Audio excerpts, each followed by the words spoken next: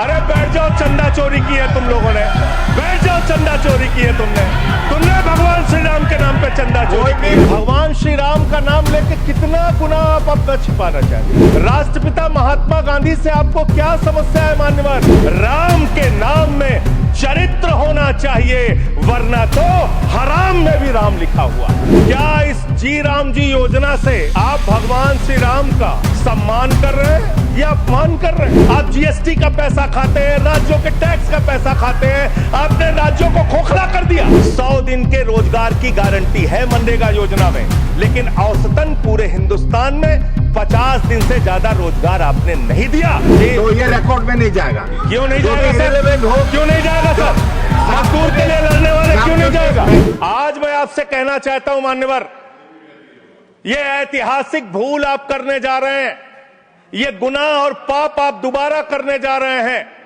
और इस काले कानून को पास करने के बाद इस देश का मजदूर सड़कों पे उतरेगा, इस देश का किसान सड़कों पे उतरेगा, इस देश का आम आदमी सड़कों पे उतरेगा, जिसके पेट और पीठ दोनों पे आप छुरा मारने का काम कर रहे हैं। इस मिल को आपने कह दिया जी राम जी बिल है। भगवान श्री राम का नाम लेके कितना गुनाह आप अपना छिपाना चाहते हैं। राष्ट्रपिता महात्मा गांधी से आपको क्या समस्या है मान्यवर? अरे वो राष्ट्रपिता महात्मा गांधी इतने महान है, इतने महान है, इतने महान है कि दुनिया के 80 देशों में उनकी प्रतिमा लगी हुई है मान्यवर। राम हमारे लिए मर्यादा के प्रतीक हैं, राम हमारे लिए आदर्श हैं, राम हमारे लिए आराध्य हैं, राम हमारे लिए देवतुल्य हैं। अरे राम वो हैं जो पिता का वचन निभाने के लिए 14 वर्ष तक वनवास में रहे। राम वो हैं जिसने लंका का नाश किया। और राम चरित्र का नाम है, राम मर्यादा का नाम है, राम आदर्श का नाम है। राम के नाम में चरित्र होना चाहिए, वरना तो हराम में भी राम लिखा हुआ है। इसलिए राम का नाम लगा लेने मात्र से आपके गुनाह नहीं छिप जाएंगे। क्या इस जी राम जी योजना से आप भगवान श्री राम का सम्मान कर रहे हैं या अपमान कर रहे हैं? आप भगवान श्री राम का सम्मान कर रहे हैं या उनको गली मोहल्ले गांवों में बदनाम कर रहे हैं? कि आप राम को सम्मान दे रहे हैं कि राम को अपमानित कर रहे हैं? आप राम को अपमानित कर रहे हैं। अरे बैठ जाओ, चंदा चोरी की है तुम लोगों ने।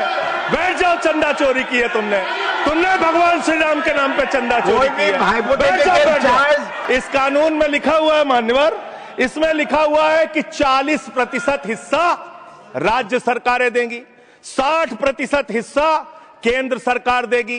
पहले 90% हिस्सा केंद्र सरकार देती थी, 10% हिस्सा राज्य सरकारें देती थी। आज तो ज्यादातर राज्य सरकारें आपकी नीतियों की बदौलत, आप जीएसटी का पैसा खाते हैं, राज्यों के टैक्स का पैसा खाते हैं, आपने राज्यों को खोखला कर दिया, आपने राज्यों को कर्ज में डुबा दिया। अब आप कह रहे हैं राज्य सरकारें इसमें पैसा लगाएंगी, यानी आप इस योजना को मारना चाहते हैं, आप इस देश के मजदूरों का हक मारना चाहते हैं, इस योजना को पूरी तरीके से खत्म और समाप्त करना चाहते हैं। इस मंशा से आप इस योजना को लेके आए हैं। आप इस योजना में कह रहे हैं कि आप एरिया तय करेंगे, एरिया आप निर्धारित करेंगे कहां पे ये आपकी स्कीम लागू होगी या नहीं लागू होगी, इसको आप तय करेंगे। ये कितने 125 दिन की आप बात कर रहे हैं मान्यवर? आंकड़ा उठाकर देख लीजिए, मंत्री जी यहां पर मौजूद हैं। 100 दिन के रोजगार की गारंटी है मनरेगा योजना में, लेकिन औसतन पूरे हिंदुस्तान में 50 दिन से ज्यादा रोजगार आपने नहीं दिया। आपने मजदूरों के साथ धोखा करने का काम किया। और आंकड़े ये बताते हैं कि आपका जो बजट का निर्धारण होता है 12 करोड़ लोगों के लिए 267 रुपए के हिसाब से अगर आप मजदूरी निर्धारित करते हैं तो करीब करीब 3,13,000 करोड़ रुपए बनती है। आप उसके लिए 86,000 करोड़ रुपए का बजट रख रहे हैं। यानी कि मंशा आपकी शुरू से स्वयं यही है कि आप इस योजना के तहत लोगों को काम नहीं देना चाहते हैं, मजदूरी नहीं देना चाहते हैं। लेकिन मजदूरों के हक में, मजदूरों की आवाज उठाने वाले लोग देश भर भर में संगठित हो रहे हैं। ये आप दूसरा अपराध करने जा रहे हैं। मैं आपको कहना चाहता हूं, आपके माध्यम से इस सरकार को चेतावनी देना चाहता हूं। कौन सी हक की लड़ाई लड़ रहे हैं महराज मलिक, जो हमारा विधायक है जम्मू कश्मीर का? वो जमीन के हक की लड़ाई लड़ रहा था, मजदूर के हक की लड़ाई लड़ रहा था। आपने उसको पीएसए का कानून लगा के जेल में डाल दिया। कौन से हक की लड़ाई लड़ रहे थे सोनम वांगचुक? मजदूर के हक की लड़ाई लड़ रहे थे, किसान के मक्के हक की लड़ाई लड़ रहे थे, आम आदमी के हक की लड़ाई लड़ रहे थे, लद्दाख के लोगों के हक की लड़ाई लड़ रहे थे। उस सोनम वांगचुक को, जो एक पढ़े लिखे प्रतिष्ठित व्यक्ति हैं, उनको आपने पकड़कर जेल में डालने का काम किया। आप पूरे देश में जबरदस्ती मामला है जी, तो ये रिकॉर्ड में नहीं जाएगा। क्यों नहीं जाएगा सर? क्यों नहीं जाएगा सर?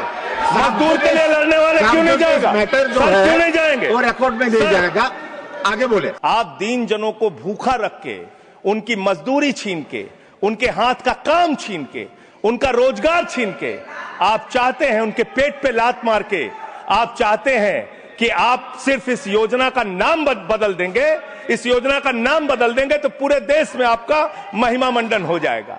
अब आपका ये नकली काम इस देश के अंदर चलने वाला नहीं है। जब ये मनरेगा योजना लाई गई तो इस बिल को अस्थायी समिति में भेजा गया था। आज जब आप नई योजना लेकर आ रहे हैं, इसको अस्थायी समिति में आपने क्यों नहीं भेजा? क्या आप छिपाना चाहते हैं? क्या आपकी मंशा है? ये आप बताइए।